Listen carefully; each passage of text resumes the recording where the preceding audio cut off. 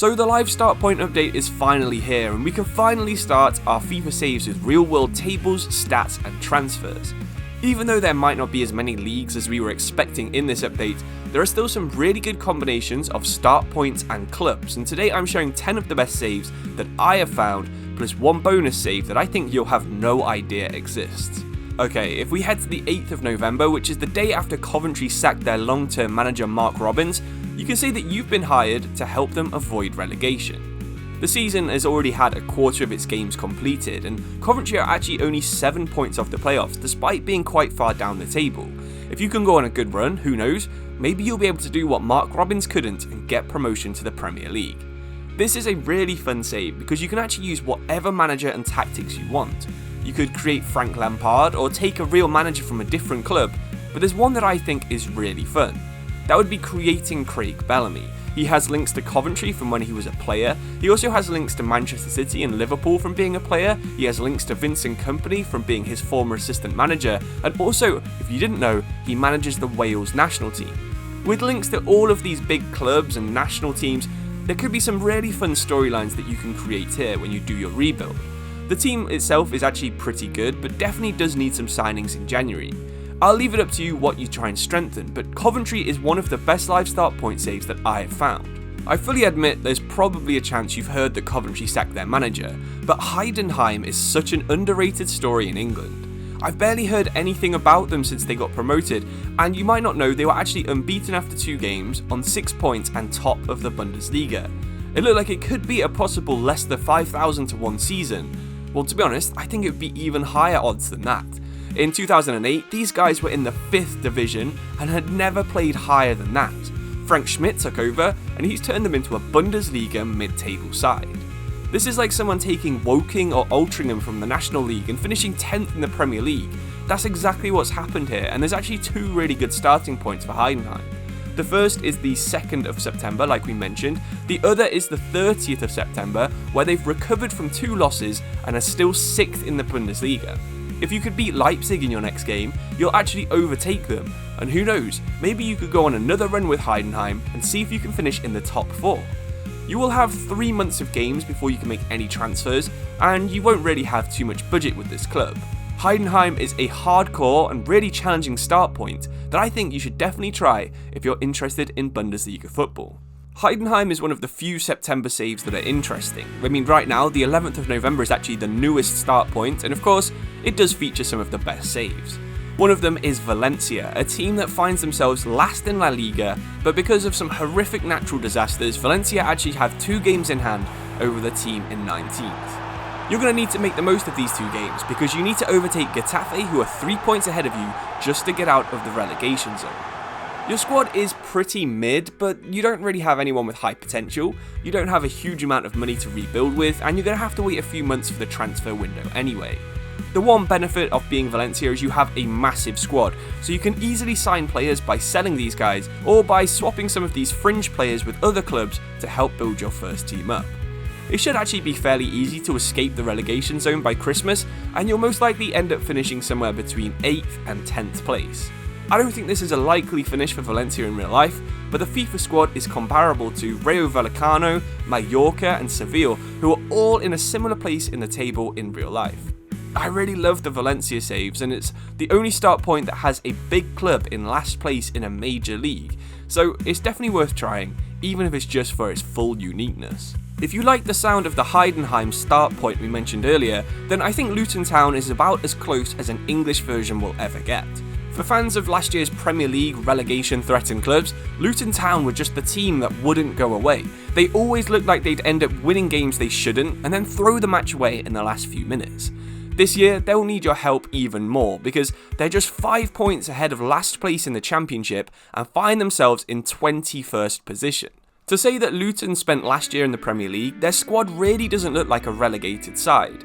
Compared to Leeds, Burnley, Sheffield United, even teams like Norwich, you don't have a very good squad, but you do have a very good secret weapon. Alfie Doughty had a very good season in the Premier League last year, and now he's the highest rated player in the entire Championship, as well as the 3rd highest rated left back from England in the entire game. But can you build a squad around a fullback? I'm not so sure, but playoffs have been reached from the same position Luton are in. In fact, Forest got to the playoffs and won them after they just got 1 point in their first 7 games. So Luton's 15 points from 15 games is slightly better, and I think playoffs should definitely still be the goal in Luton. Luton is a fairly common save in career mode, but one I haven't seen anyone use so far is the Barcelona female team. They're the only team in the entire game to have won all of their matches after 9 games have been played, and Barcelona Femini are playing big rivals Real Madrid for their 10th game. If they win that, they'll be able to run away with the league, that's almost guaranteed, but can they actually win every single match this season? If they do, I think that would be one of the best footballing achievements of all time, and their manager, Perry Romeu, might be able to complete his dream of managing a men's football team. Of course, you could definitely stay in the women's game if you want to, but the opportunity is there to do either. In fact, the Women's Champions League is a totally different experience compared to the men's version. You have teams like Lyon and Ajax who are some of the best teams in the world. This is a pretty interesting save, but I doubt too many people watching this video are going to give it a go, which is a real shame. A save that I think is going to be a lot more popular is if we head to the 21st of October and go to the French League. You'll find something very rare right here. It's an actual title battle in France. Monaco were level on points with PSG with 2 pretty easy games against Nice and Angers coming up, and the reason we start in October instead of November is because they would actually go on to lose both in real life. Now PSG are 6 points clear and probably on track to win their 11th title in 13 years. You have a couple of different directions a Monaco save can go. You could keep Adi Hütter's pressing style, which would work really well against some of the less talented teams and probably help you beat teams like Angers, but you could instead change to a tactic that would help you dominate games. I said in another video I'd recommend looking at Leverkusen, and I think that the team is set up perfectly to copy this strategy. Golovin and Minamino behind a striker, Embolo can play pretty similarly to Boniface. All you really need is a centre back and a midfielder that's like Granit Xhaka. I suggested Seko Fofana and Ibrahim Sangare, and I think both of those would be really good transfers, but before you can sign anyone, you're going to have to try and keep pace with PSG using a slightly worse squad with Monaco and try and stay in the title hunt come the end of the season.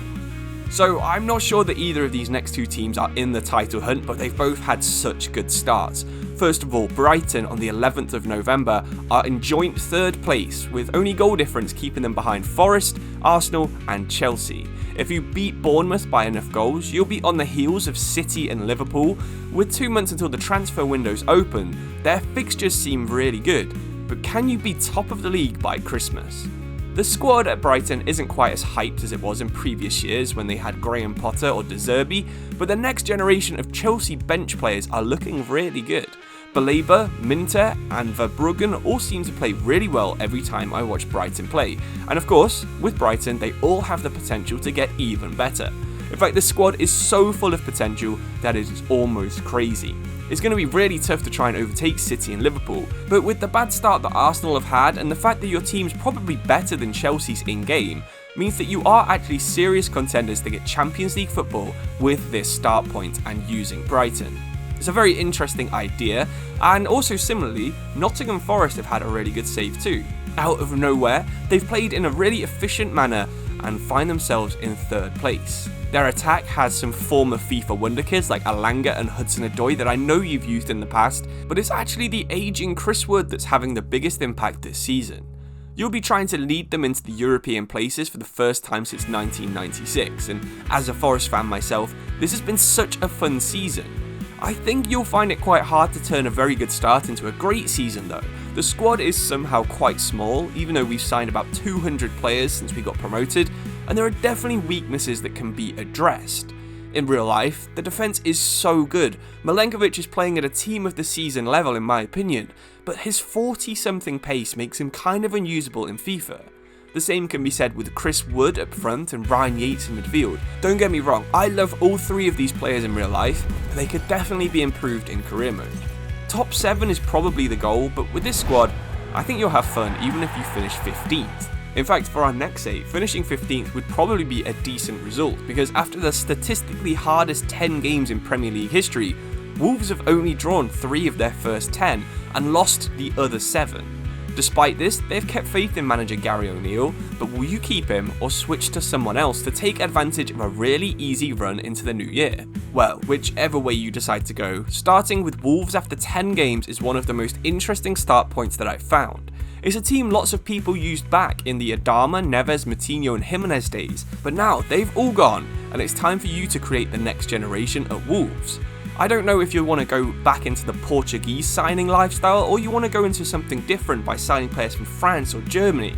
It's totally up to you. But trying to rebuild Wolves after they've got 3 points from 10 games in the Premier League is going to be an undeniably very interesting save.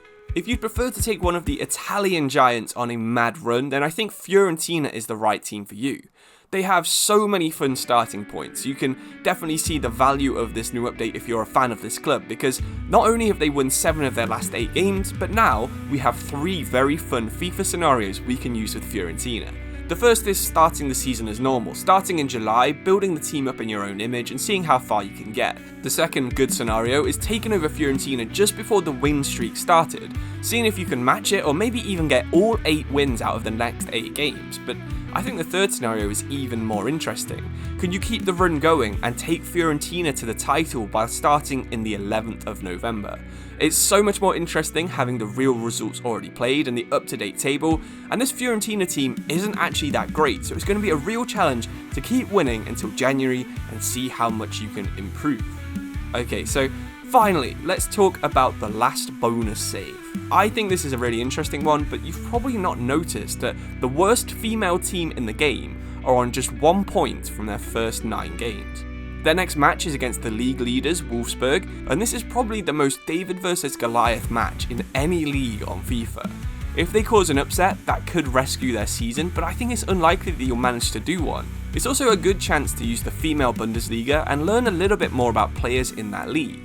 And I fully accept this won't be the most popular choice in this video, but Turbine Potsdam are the same rating as League One's Birmingham City. Meanwhile, in the very same league, Wolfsburg and Bayern Munich are comparable to Liverpool and Manchester City when you look at their average ratings. So the fact that there's so few teams in this league means that the games against Bayern Munich and Wolfsburg need to be won. It's by far the hardest live start point at the moment, so don't discard the idea of playing as the female team Turbine Potsdam.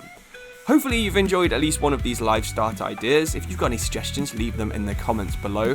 But yeah, thank you for watching. Hopefully you all enjoyed watching this video, and I'll see you soon. Cheers and goodbye.